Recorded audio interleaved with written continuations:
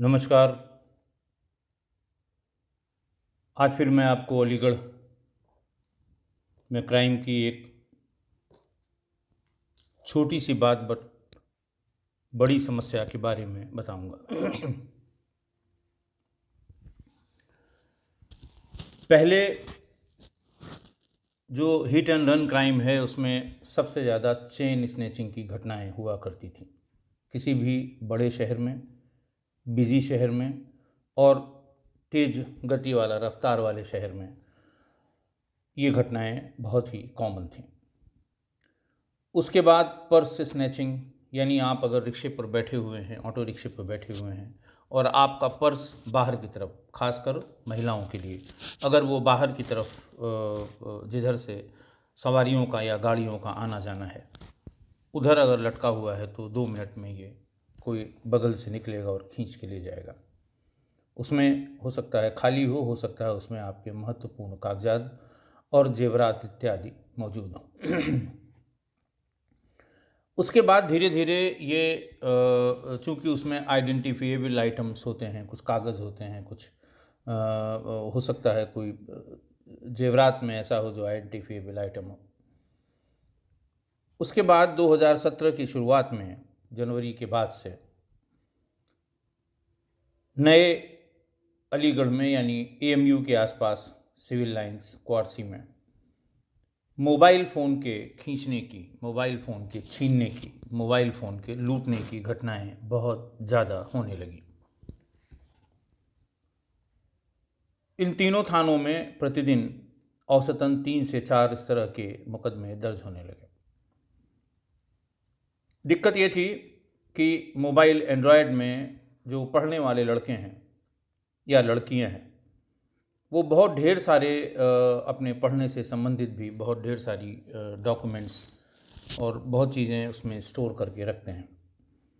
Mail का तो ये है कि आप जो नया मोबाइल लेंगे उसमें मेल फिर से लॉगिन कर लेंगी, मेल में अगर कुछ आया है उसको नए फ़ोन पे आप डाउनलोड कर लेंगी, लेकिन कुछ फ़ोटोग्राफ्स, कुछ डॉक्यूमेंट्स और कुछ अपनी यादें ज़्यादातर बच्चे अपने मोबाइल में ही रखते हैं, उसको लॉक करके रखते हैं कि किसी और के हाथ वो न लग जाए।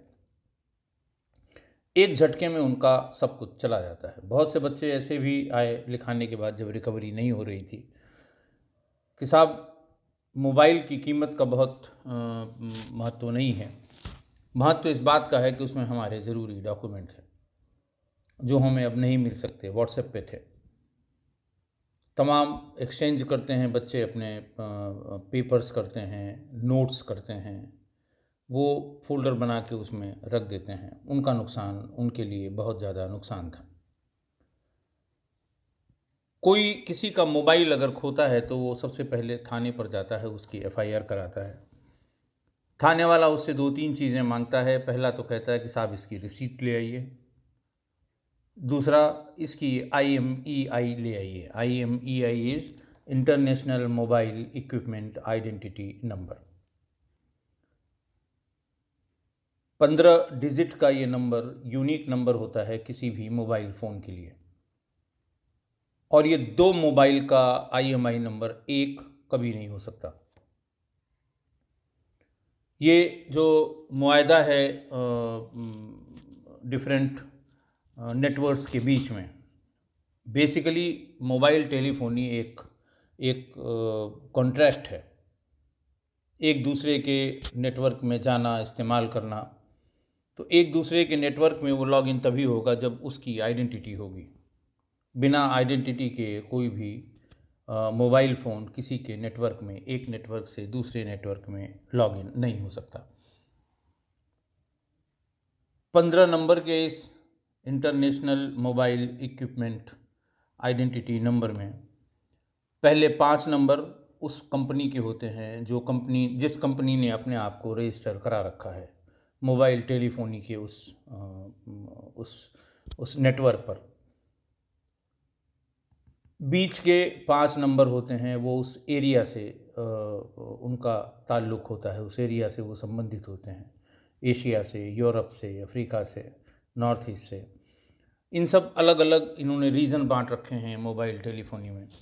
वो बीच के 5 नंबर वो होते हैं जहाँ के लिए वो मैन्युफैक्चरर्ड है और जहाँ उसका इस्तेमाल होना है, और लास्ट 5 नंबर वो यूनिक होता है उस हैंड सेट का। तो आपसे वो इसीलिए IMEI नंबर मांगते हैं। आपकी FIR के साथ उस IMEI नंबर को वो साइबर सेल में, यानी सर्विलांस सेल जिसे देशी भाषा में कहते हैं, सर्विलांस सेल को भेज देते हैं। उनका प्रोसेस ये है कि उस IMEI नंबर पे लास्ट 1 महीने से या 2 महीने से कौन कौन से नंबर चले हैं, यानी कौन कौन से सिम डाले गए हैं, वो क्वेरी संबंधित मोबाइल ऑपरेटर से साइबर क्राइम वाला मांगता है। तो एक तो वही होगा जो आपका चोरी गया है, उसके पहले अगर कोई नंबर है तो वो नंबर पता लगेगा, और जिस तारीख को चोरी हुआ है उस तारीख के बाद अगर उसमें कोई सिम डाल के प्रयोग किया गया है तो वो नंबर भी मिल जाएगा। कोई भी इन्वेस्टिगेटिंग एजेंसी, उसका इंटरेस्ट उसी नंबर पर है, उसी नंबर में है जो चोरी होने की तिथि या टाइम के बाद उसमें इस्तेमाल हुआ है। वो फ़ौरन उसका कैफ मंगाएगा, कस्टमर एप्लीकेशन फॉर्म, फिर CDR से उसकी लोकेशन देखेगा। सपोज़ करिए अलीगढ़ में आपने क्वारसी में या सिविल लाइन में ये मुकदमा लिखवाया, आप जिस तारीख को वो छीना गया, गिर गया, खो गया या और उसके साथ आपको मिल नहीं रहा है, तो उस तारीख और उस समय के बाद अगर उसमें कोई नंबर आया है, अपीयर हुआ है, तो फिर उस नंबर की CDR में उसका लोकेशन निकाला जाएगा। हो सकता है कि अलीगढ़ के ही किसी दूसरे पार्ट में, देहात में वो नंबर या वो सिम उसकी लोकेशन हो, या हो सकता है वो दिल्ली या दीगर राज्यों में चली गई हो। फिर उसके CDR से उसका मूवमेंट निकालते हैं। कभी कभी उससे बात कर लेते हैं कि भाई ये आपको आपके मोबाइल का रसीद कहाँ है, कब आपने ख़रीदा है, किससे ख़रीदा है। कोई शरीफ आदमी होगा तो वो अगर इस प्रोसेस से गुजरा होगा तो बता देगा, और किसी गलत आदमी के हाथ में होगा वो नंबर ब्लॉक कर देगा, काट देगा। खैर उसके लोकेशन से एजेंसी वहाँ तक पहुँचती है और वो मोबाइल बरामद होता है। चूँकि मोबाइल की चोरी, मोबाइल की झपटमारी, मोबाइल की छिनैती और मोबाइल के गायब होने की का जो नंबर है वो बहुत ज़्यादा होता जा रहा है, उस समय भी बहुत ज़्यादा हो जाता था, और जिसका होता था वो फ़ौरन थाने पर जाकर उसको दर्ज कराने की कोशिश करता था। वो उसके लिए ज़रूरी भी है, लाज़मी भी है, इसलिए कि जब तक वो उसकी FIR की कॉपी नहीं देंगे तब तक उनको नया सिम इशू नहीं होगा, उसी नंबर का नया सिम। एक तो ये आपको उस कंपनी को बताना होगा, कन्विंस करना होगा कि ये आप ही का सिम था, ये आप ही का मोबाइल था, और दूसरा ये है कि ये गायब हुआ है या इसके साथ क्या हुआ है, इस संबंध में एक ऑथेंटिक डॉक्यूमेंट पुलिस स्टेशन में सबमिट करें, और वहाँ से उसकी कॉपी लेके आप मोबाइल ऑपरेटर को दे दें, तो आपको उसी नंबर का, पुराने सिम को ब्लॉक करके उसी नंबर के सिम आपके नाम पर इशू हो जाएंगे। इसलिए धारक की, यानी मोबाइल होल्डर की ये मजबूरी है कि अगर उसके साथ इस तरह की घटना हुई है तो वो हर हाल में थाने पर उसकी कोई रिसीट लेने की कोशिश करेगा। तो ये सिस्टम बनाया इसके पहले भी लखनऊ में भी और इसके पहले भी जहाँ हम रहे, चूँकि बहुत ज़्यादा झपटमारी, लोग कान में लगा के सुनते हुए जा रहे हैं। गलती ये करते हैं कि सड़क की तरफ वाले, जैसे आप अपनी बाईं पटरी पर जा रहे हैं और दाहिने हाथ में मोबाइल लेकर आपने कान में लगा रखा है और दाहिने तरफ ही ट्रैफिक चल रहा है, पीछे से 2 लड़के मोटरसाइकिल से तेज़ी से आए और एकदम से उनका निशाना इतना सटीक होता है कि उनका हाथ आपके मोबाइल पर गया, मोबाइल आपके हाथ से छूटा, उनके हाथ में आया और वो भाग गए। आप सिर पीटते रहिए, आप चिल्लाते रहिए, वो निकल गए। तो ये कहा गया कि सभी थानों पर, एक तो चूँकि उनकी मजबूरी है, अगर वो लिखाएंगे नहीं, FIR लिखी नहीं जाएगी तो उन्हें दूसरा सिम नहीं मिलेगा। तो पहले तो जैसे ही कोई आपको इस तरह की सूचना लेकर आता है, आप उसका मुकदमा लिख लीजिए। नहीं मुकदमा आप लिख सकते हैं, आपको ये लगता है कि गुम हो गया है, इनसे छीना नहीं गया है, उसकी गुमशुदगी लिख लीजिए। वो भी नहीं कर सकते हैं, वो स्पष्ट नहीं बता पा रहा है, हो सकता है ट्रैवलिंग में चला गया हो सकता है उसके हाथ से कहीं गिर गया हो। अगर वो नहीं बता पा रहा है तो आप एक सादे कागज़ पर एप्लीकेशन लिखकर उससे उसकी 2 प्रतियों में ले जाकर उसमें मुहर लगा दें, ताकि उसे उसी नंबर का दूसरा सिम मिल सके। आप ये सोचिए, जिसको मोबाइल फ़ोन पर आदत हो गई है, अगर 2 दिन उसके पास वो मोबाइल नंबर या वो फ़ोन नहीं है तो वो कितना असहज महसूस करने लगता होगा। घर वालों से बात करना, अपने मित्रों से बात करना, अगर वो एम्प्लॉयड है तो अपने एम्प्लॉयर से बात करना, टाइमिंग का किस समय आना है, किस समय जाना है, किसी की तबीयत ख़राब है उसकी जानकारी करना, इतने ढेर से काम।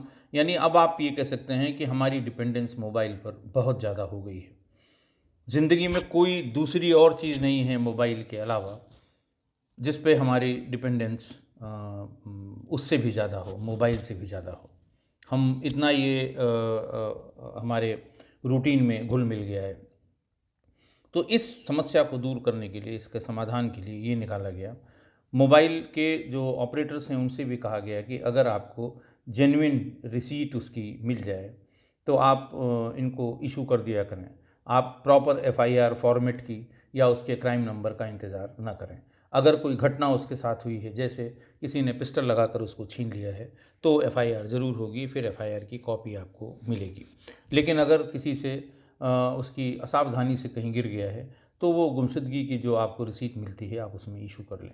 एक तो ये पोर्शन हो गया, ताकि जिसके साथ ये घटना हो रही है उसे बहुत ज़्यादा बहुत दिन तक कम्युनिकेशन से दूर न रहना पड़े। दूसरा ये कहा गया है कि आप दिन भर की इस तरह की सूचनाएं इकट्ठा करके और उसको प्रॉपर मेल से क्राइम ब्रांच को यानी साइबर क्राइम को भेज दिया करें। साइबर क्राइम को ये कहा गया है कि मैं नहीं, ये किसी भी जगह यही एक एसओपी है जो फॉलो की जाती है, कम से कम उत्तर प्रदेश पुलिस में। वो साइबर क्राइम वाले उसको फ़ौरन उस नंबर की अगर नंबर मिला है तो नंबर की डिटेल मंगवा लेंगे। आईएमआई उसके सीडीआर में होता है। अगर नंबर नहीं है तो आईएमआई उसकी रिसीट से मिल जाएगी और वो उससे उसकी लोकेशन और सीडीआर निकालने की कोशिश करेंगे। 1 महीने में जो रिकवरी होती है, जैसे 1 महीने में कुल मुकदमे या कुल गायब या छीने गए मोबाइल की संख्या 500 है और 1 महीने में सर्विलांस सेल ने 100 या 150 या 200 मोबाइल रिकवर कर लिए। तो पुलिस लाइन में या एसएसपी के ऑफिस में सबको बुला लिया जाता है जिस दिन खाली है, संडे के दिन या जिस दिन पब्लिक बहुत ज़्यादा नहीं होती है, उनको बुला लिया जाता है कि भाई आप आ जाएं इस तारीख को इतने बजे एसएसपी के ऑफिस में आ जाएं या पुलिस लाइन के सभागार में आ जाएं, आपका मोबाइल मिल गया है। और एक साथ उस 100-125 लोगों को उस बरामदशुदा मोबाइल उनको दे दिया जाता है। आप उनके चेहरे पे उस समय की खुशी, जो इस किसी ने इस तरह के प्रोसेस में पार्टिसिपेट किया है उसे अंदाज़ा होगा। लेकिन 2017 की शुरुआत में अलीगढ़ में जिन जिन लोगों ने एफआईआर लिखाई, अचानक फरवरी, मार्च, अप्रैल में ये देखा गया कि गायब तो करीब करीब 300 या 400 हुए, लेकिन बरामद 3 या 4 हुए, 5 हुए। तो ये बात बहुत गंभीर थी, क्योंकि लगभग आधे 30 to 50% मोबाइल्स बरामद हो जाते थे। कोई बहुत चालाक है जिसने उठाया है, उड़ाया है, छीना है, 10 दिन तक उसको इस्तेमाल नहीं करता, उसमें कोई दूसरा सिम नहीं लगाता, लेकिन जब वो बेचने जाता है तो सिम उसमें टेस्ट करता है। या अगर वो उसे पड़ा हुआ मिला है तो अपना सिम लगाकर, वो अच्छा फ़ोन है, महंगा फ़ोन है तो उसमें ट्राई करता है।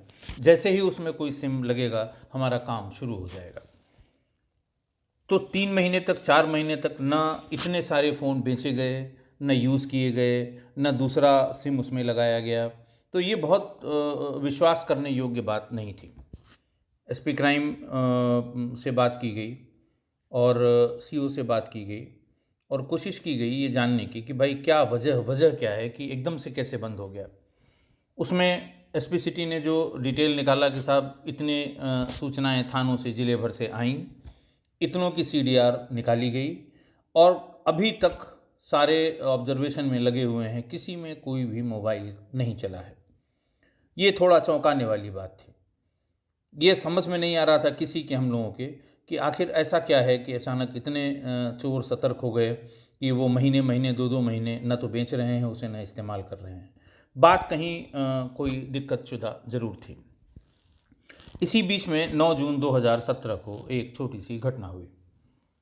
एक लैपटॉप छीना गया और छीना क्या, वो एएमयू का जिसे आइडिया है उसके चारों तरफ एएमयू 20-22 हज़ार लड़के पढ़ते हैं। देश के अलग अलग हिस्सों से भी हैं और विदेशों के भी हैं। बड़ा नेचुरल है, उन सबके पास एक एक मोबाइल भी है।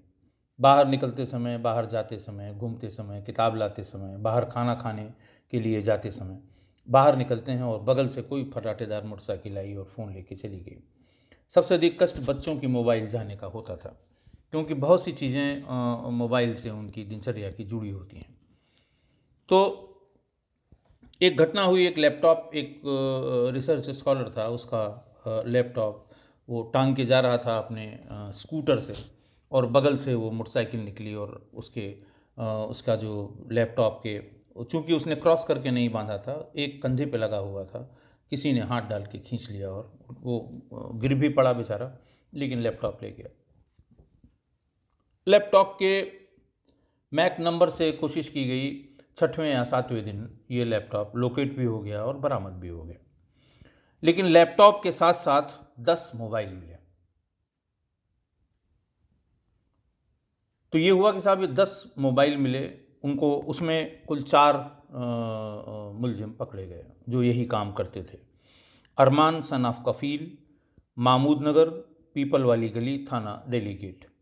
इमरान सन ऑफ सलीम, आरो सराय रहमान, नई आबादी, बन्ना देवी। आमिर और शबाब, ये 4 लड़के उसमें पकड़े गए, अपराधी पकड़े गए जो इस तरह का काम करते थे।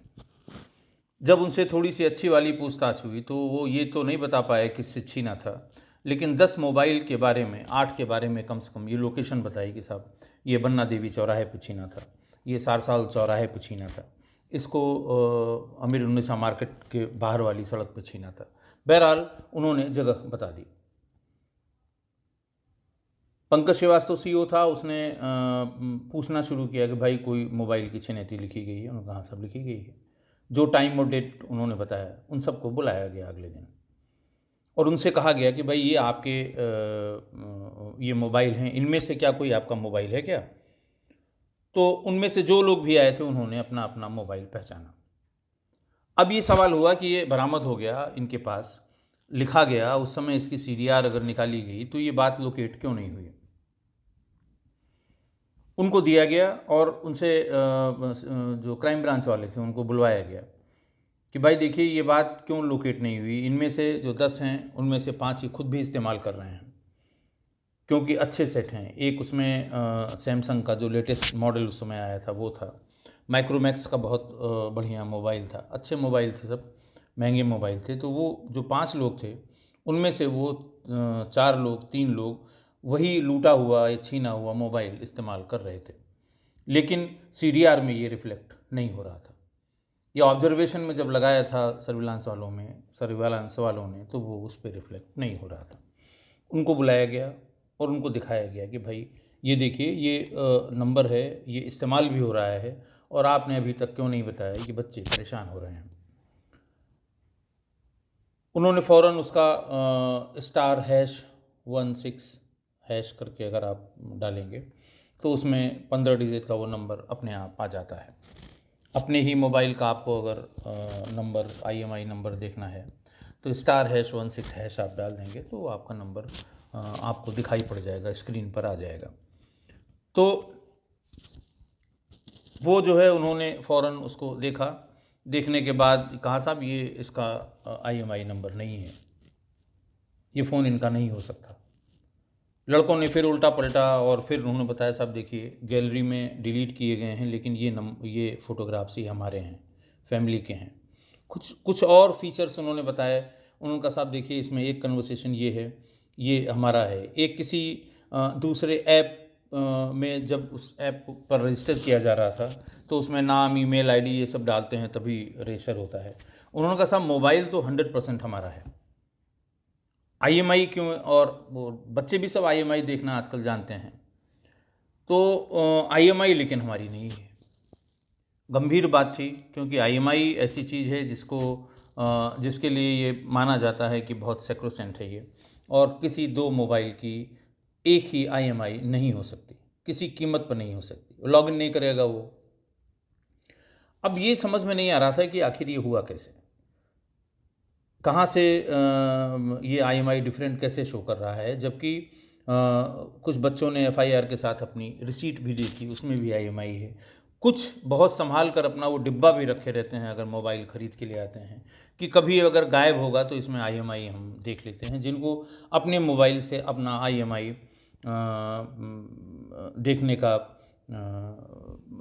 देखने के बारे में ज्ञान होता है। आप गूगल पे जाके देख लें, *#06# है या 16# है, जो जिससे आपका अपने सेट का IMI आपको पता लग जाएगा। *#06# या 16#, मुझे बहुत दिनों की बात हो गई, बहुत इस समय ध्यान नहीं है, लेकिन है यही *#06#। तो आप उसे बच्चे उसको जान के कहीं लिख लेते हैं, लेकिन ये बहुत गंभीर बात थी। फिर ये हुआ इन्हीं लड़कों से जो ये पकड़े गए थे, अरमान, इमरान, आमिर और शबाब, ये बताएंगे कि आखिर ये कहाँ से हुआ। खैर, इन्हें जेल भेज दिया गया, इनको कोई जानकारी नहीं थी, लेकिन ये सबके दिमाग में घूम रहा था कि ये कैसे चेंज हो सकती है IMI। इसी और शायद फिर ये हम लोगों ने देखा कि साहब 800-900 मोबाइल छीने जा चुके हैं और बरामद केवल 20 या 25 या 30 हुए हैं। वो जैसे जो अनाड़ियों ने जो छीना था या अनाड़ियों को जो मिल गया था, और जो प्रोफेशनल बेचने वाले थे, इनका कहीं पता नहीं लग रहा है। तो कहीं न कोई गड़बड़ भी है। बातचीत करते करते करते करते एक जानकारी बहुत अच्छी मिली कि साहब वहाँ बन्ना देवी में 2 लड़के हैं जो IMI चेंज करते हैं। मोबाइल आप उनके पास ले जाइए, 200 रुपये दीजिए, वो 2 मिनट में अपने डेस्कटॉप पे बैठे रहते हैं। वो 2 मिनट में किसी सॉफ्टवेयर से पुरानी IMI को इरेज करा के नई IMI उसमें डाल देते हैं। लेकिन ये हैरत करने वाली बात थी, बहुत चौंकाने वाली बात थी कि कोई ऐसा भी कैसे कर सकता है। इसके पहले मेरे संज्ञान में कभी नहीं था कि IMI को आप डिलीट, चेंज या दूसरा इंस्क्राइब भी कर सकते हैं। अब उनकी तलाश शुरू हुई धीरे धीरे, और फिर फाइनली IMI चेंज करने वाले 13 अक्टूबर 2017 को गिरफ्तार हो गए। क्राइम नंबर 846/17 बन्ना देवी में लिखा गया। समद अमीरुन्निसा, शाहरुख सराय हकीम, चांद जिला अस्पताल, वसीम सराय रहमान, ये 4 लड़के गिरफ्तार हुए। इनका डेस्कटॉप खंगाला गया। इनके पास 3 ऐसे सॉफ्टवेयर मिले जो IMI को चेंज कर लेते थे। बेसिकली ये रैंडम चेंज नहीं कर सकते थे।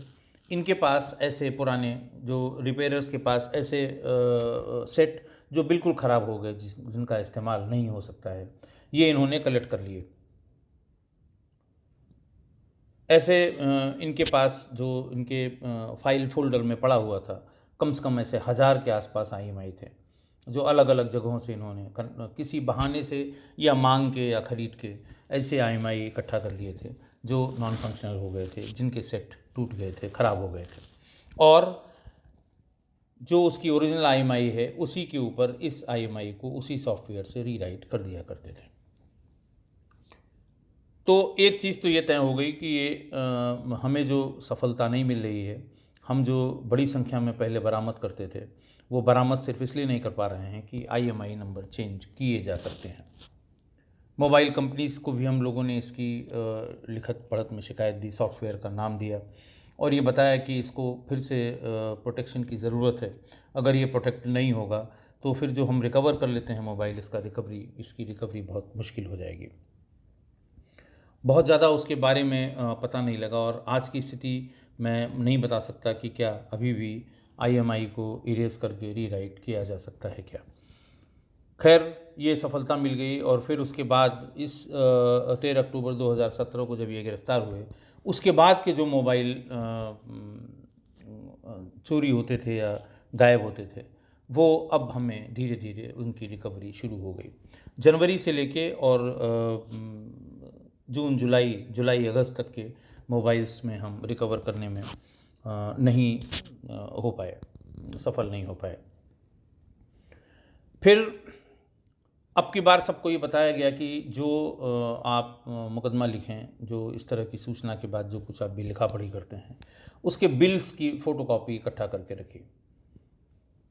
हम उससे ये चेक करेंगे कि उसमें जो IMI लिखा हुआ है, क्योंकि ये पता लगा उन्हीं लोगों ने, ये जो 4 पकड़े गए थे, समद, शाहरुख, चांद और वसीम, इन्होंने बताया कि साहब ये हम चेंज कर देते हैं, चेंज करने के बाद हम IMI प्रिंट करके दे देते हैं दुकानदारों को कि अगर वो बेचना चाहें इसे तो इसकी अलग से रिसीट बनाकर वो बेच भी सकते हैं, ताकि कल को किसी को कोई शंका न हो।